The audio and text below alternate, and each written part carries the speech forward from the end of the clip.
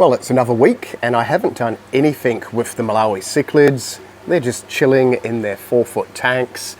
I know, this system is still working really well. I still don't have lights for it because lights are like $200 each for the proper ones. And I don't want to use Bunnings lights like a lot of other YouTubers and people use because they're just a horrible spectrum. Not that these ones are an ideal spectrum if I turn them up because everything looks yellow. I know, so I'm going to use these instead, which are your Dimax Marine ones, which just got a nice blue sort of tinge to them. Makes the fish look a lot better. Obviously, if you've got a planted tank, you don't want to use the blue ones, but yeah, the yellow ones are just not great. Well, makes everything look yellow. Probably good for yellow fish, but any other fish just looks mingy. So that is where we are with our Malawi cichlids. Nothing has really happened. Yeah, I have got a couple of tanks up the top, which I'm probably going to rig up now that it is a lot warmer. And yes, welcome back if you have not seen my fish room. A stupid amount of fish. Yeah, just randomly breeding stuff and growing stuff up and keeping stuff. For the people asking, yes, I have a whole heap of tadpoles again. Yes, I know. So I'll have spotted marsh frogs and albino spotted marsh frogs available in the next month and a half or so. I've got the bigger ones starting to morph in there. And yes, this is the new batch. So a whole lot of those. You need a reptile license in Queensland for them, even though they're an amphibian because it's all under the same thing. You can talk to me on social media about those. Anyway, yes, what has happened? I have moved more fish around. Now, the big clown loach, if you saw him in one of my last videos, there he is there. I don't know, I reckon that is a girl now because those other two little ones are continuously knocking the side of his body or her body, its body. Don't know if you can vent sex them or what, but yeah, it's going a little bit crazy with those three. Now, I was sort of concerned that they're going to upset my pig-nosed turtles because the turtles are in here, but so far so good. I think it's been about a week. I was going to say a year. No, it hasn't been a year. It's been about a week or so, and no one has nipped on them or anything like that. Yeah, they're in with, what are they, Tiger, Bashir or Berkshire, silver cichlids, tons of silver dollars. Now the water is lovely and murky yet again, I know. Now I keep filming these tanks when it's murky, and these are 9-foot by 4-foot tanks, because I'm water changing again. And by water changing, just 10% of the volume, and what's the system? 6,000 litres, so it's 2 9x4s.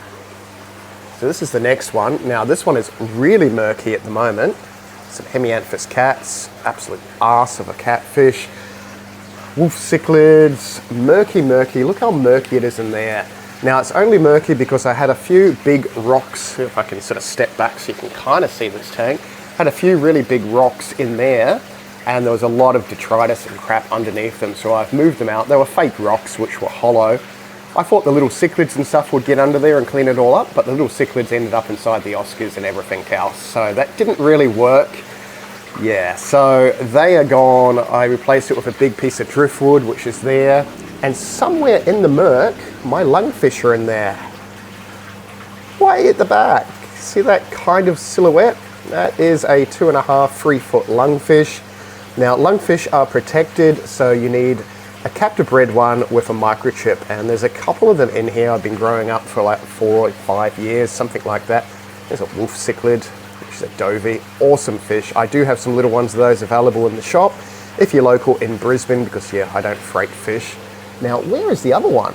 I think they're right at the back. Yeah, you cannot even see them. So in a future video, when this is lovely and clear and I stop doing water changes and decide to video while I'm water changing, you'll be able to see them.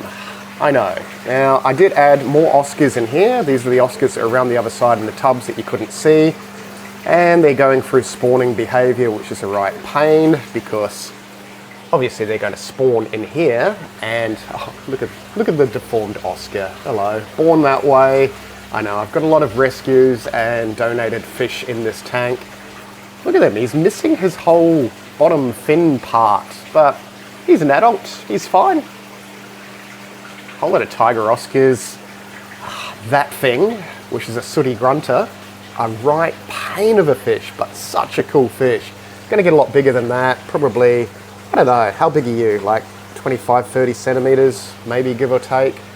Peacock bass, still looking old and ugly. Saratoga, yes. Now, I did have a problem with my other Saratoga. I had a bigger Saratoga in my other 9-foot tank, which we'll go through in a second, but he actually got stung by one of the stingrays and did not make it, so an absolute disaster. I know, and I had that fish for about 6 or 7 years, so we're not having much luck with some of the fish. This one is probably about 2 foot long, give or take. Now, I do have someone that wants to sell me, I know, not give away, sell me a big albino silver arowana. I don't know. I did have arowanas years ago, and unfortunately the male jumped out just as they were about to breed. So I don't know if I want to put a silver arowana around the other side in the bigger tank. Let's jump to that tank and then we'll come back. So this is the other 9-foot by 4-foot tank. It is around the other side of my fish room. Just a few hybrid peacock bass lurking around in this big tank, and a couple of giant gouramis. Got the red-tailed giant gourami with one eye and the albino giant gourami way at the back. That piece of driftwood is about 5 foot to give you an idea. This is a pretty big tank. It doesn't look big. There's my hand, so you can kind of see how big it is. Maybe if we go around the side, it's a little bit easier. That's 120 centimeters, so 4 foot. A lot bigger than it looks, but nothing much in there because I've taken most of the fish out. So yeah, 2 giant gouramis, 3 peacock bass, and a sailfin albino pleco right under that log there. So I'm not too sure what I'm doing. I'm half tempted to take those and place them in one of the other 9-footers, but I don't think there's enough room. Yeah, and then I was considering sorting this out for the Queensland groper because it is a decent sized tank. So 9x4 should do the groper for another 2 or 3 years before it gets way too big, I'm thinking. I don't know, comment down below, what would you do? I could change that to salt water, but currently it is hooked up to the Stingray pool. And yeah, as I said in my last FISHROOM video, I have plans for all this now because obviously I don't want to just dump stingrays in a boring pool with no sand and no fun for them. And yeah, all it is a 10 by, 5-foot swimming pool with freshwater stingrays, which I've had since little tiny babies, like that sort of size.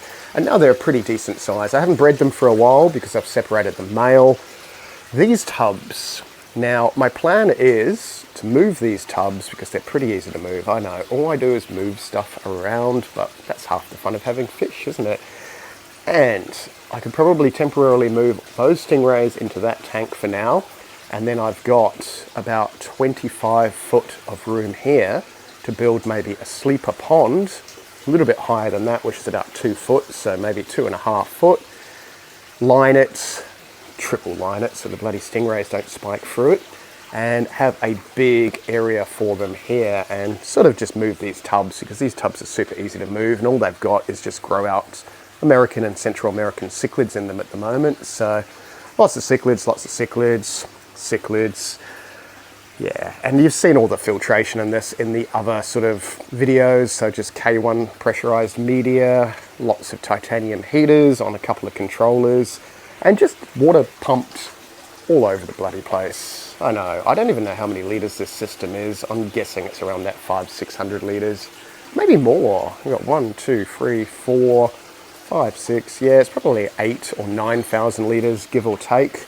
Doesn't look big, but these tubs are 1,100 litres, they're 5 foot diameter. And yeah, you can buy them commercially available, but they're like about 800 bucks or something because freight is ridiculous. They don't fit through doors because they're like nearly 900 high. They're just a stupid big tub that is awesome, but not practical to move, if that even makes sense. But that's sort of my plans with these, so I may move those 3 peacock bass in with the others. Once the water clears up and we see if we've got enough room, I do plan on adding some more filtration to the other side as well. Let's jump back there. So my plan with all this system is to breed a lot more Malawi cichlids, and these are my babies from the bigger ones around the other side. So just albino blue dolphins, electric yellows, rostratus, white madukas, all that sort of stuff. Down the bottom, just Copiachromas growing up, some electric blues, a few other random bits and pieces in there. Yeah, I sort of ideally want more 4-foot tanks somehow, so I might have to rearrange this whole area a little bit better. I know, that's all I do, move stuff around continuously, I know.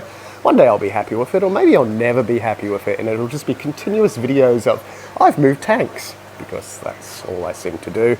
But yeah, and then have colonies of the fish and then grow out space. My Tropheus are going so well.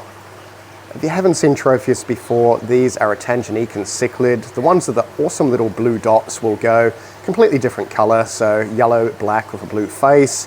And the other ones, which are the cherry spots, finally starting to get some color on them. So in a week, they've actually changed big time. So look at that, that's gonna be a young male. So again, super easy fish to breed, mouth brooders, and yeah, I really, really like this Da Vinci food, which I think I've still got some of it available in the shop. I don't have it online. Let me use an extra hand and open this and come back. Yes, I don't have enough hands, but that is what it looks like. And it's a little pellet coated with a clay. I know, so you've got extra vitamins, minerals, all sorts of stuff.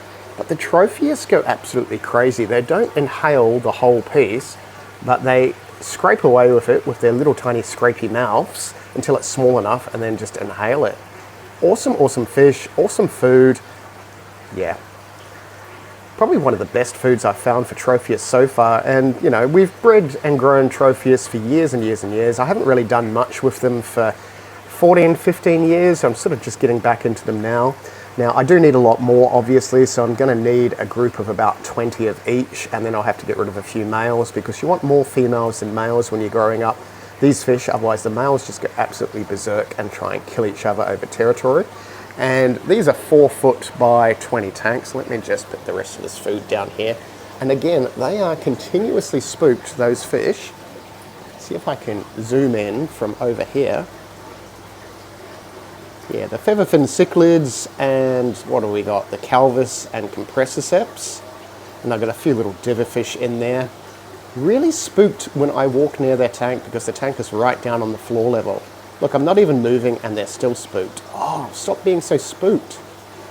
Impossible to film this tank, so I'm not going to film it anymore. No, there we go, we've zoomed out.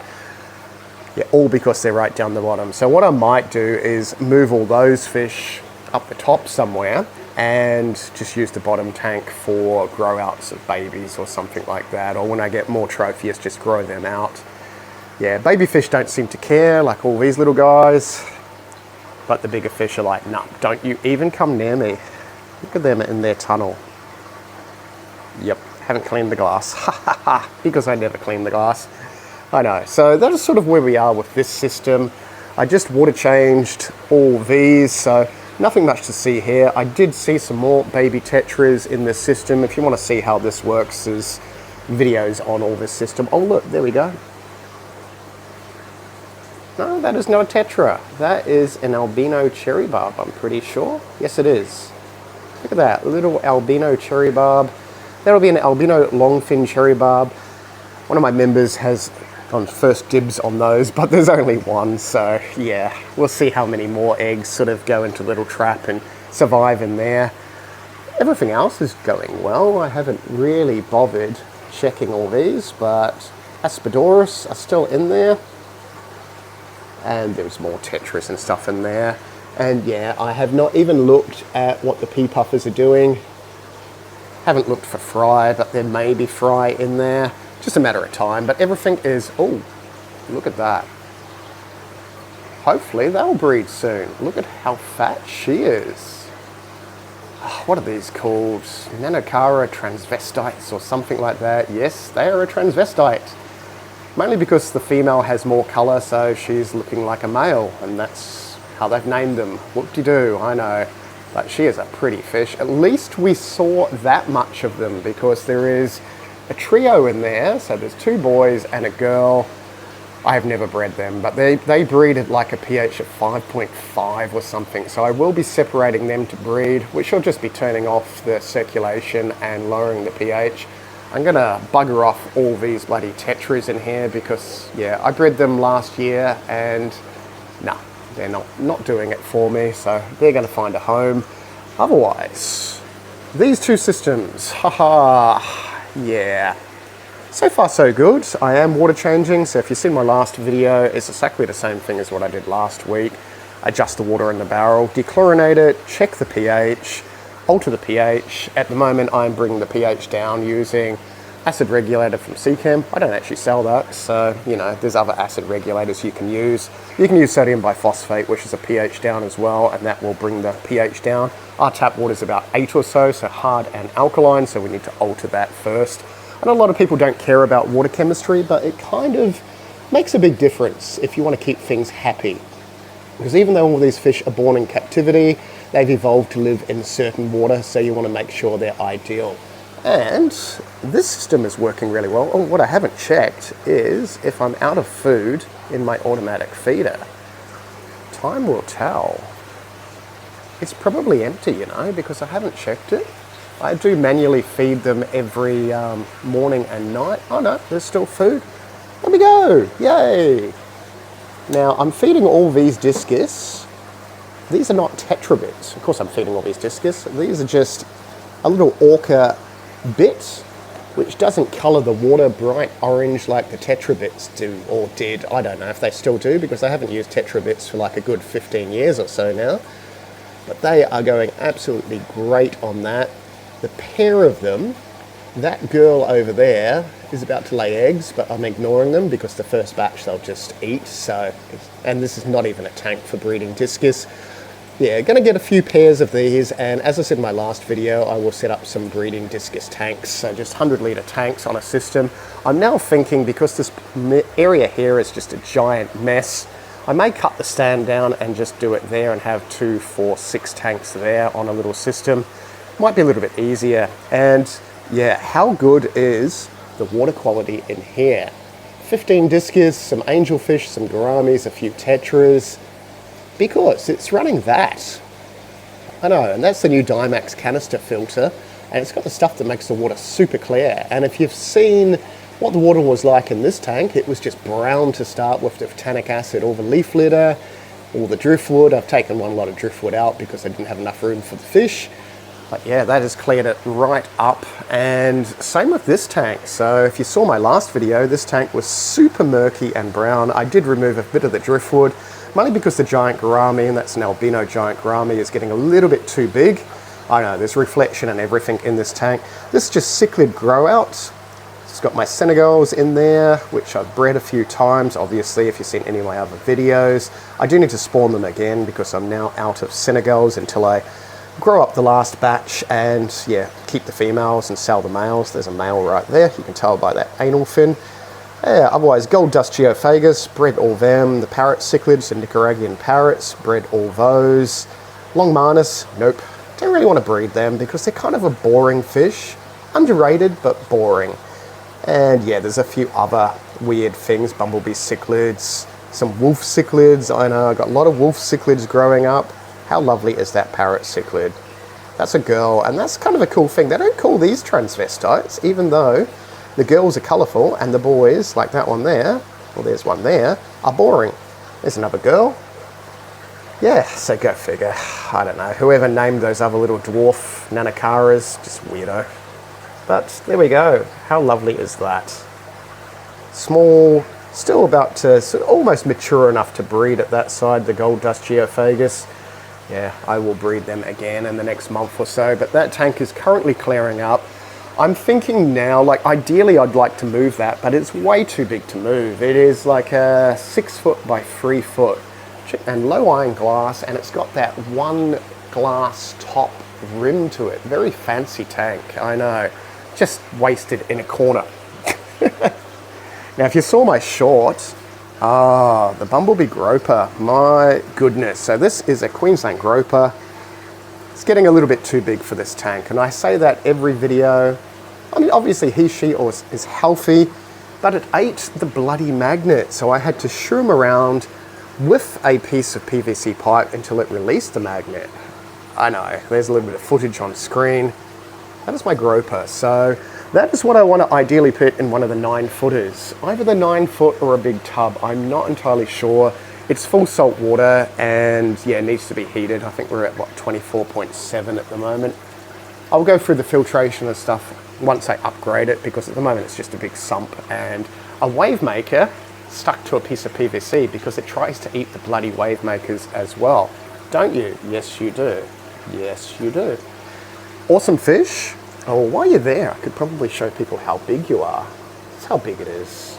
I know, it doesn't look overly big, but it's almost half the length of the tank. So let's say, for the sake of saying, 2.5 foot. Let's go 2.5 foot, give you an idea of how big it is. A lot of big fish though. Yeah, so far, everything is going well. Just a quick update. I'm not going to go through any of these tanks because, yeah, it's the same as the last video, and this video is going to be super long, but everything is growing up really well. I need to bring a whole lot of these cichlids into the shop. I might do a little tank tour in the shop this week so you can see what fish we've got, because I did bring a whole lot of angelfish in, gouramis. What else did I bring in? I'm sure I brought a few other bits and pieces in as well. Some of them are looking really nice. See if we can zoom in.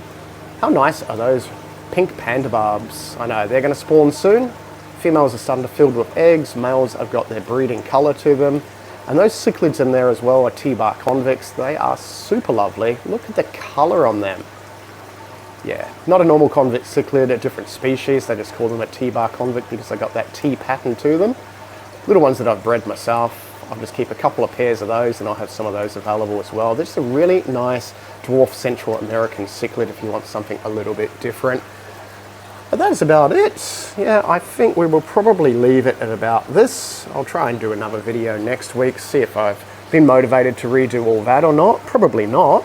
I better get back to water changes, then I better go to work and do more fish stuff. Almost got my reef tank thing sorted, a few more bits for that, and we will have a frag tank and we'll actually start getting corals. Exciting stuff. It's been, what, 15, 20 years since I've had corals for sale? That's ridiculous. Anyway, thank you very much for watching. If you want to become a member, click the member thing down below and you'll get extra videos. You get a discount on paulsaquariums.com, which we don't do live fish or live plants posted, but we do all the dry goods and bits and pieces. Or if you come to the shop, you can use the discount code for absolutely everything. And yeah, exciting stuff. Thanks heaps for all my members. We will see you in the next video.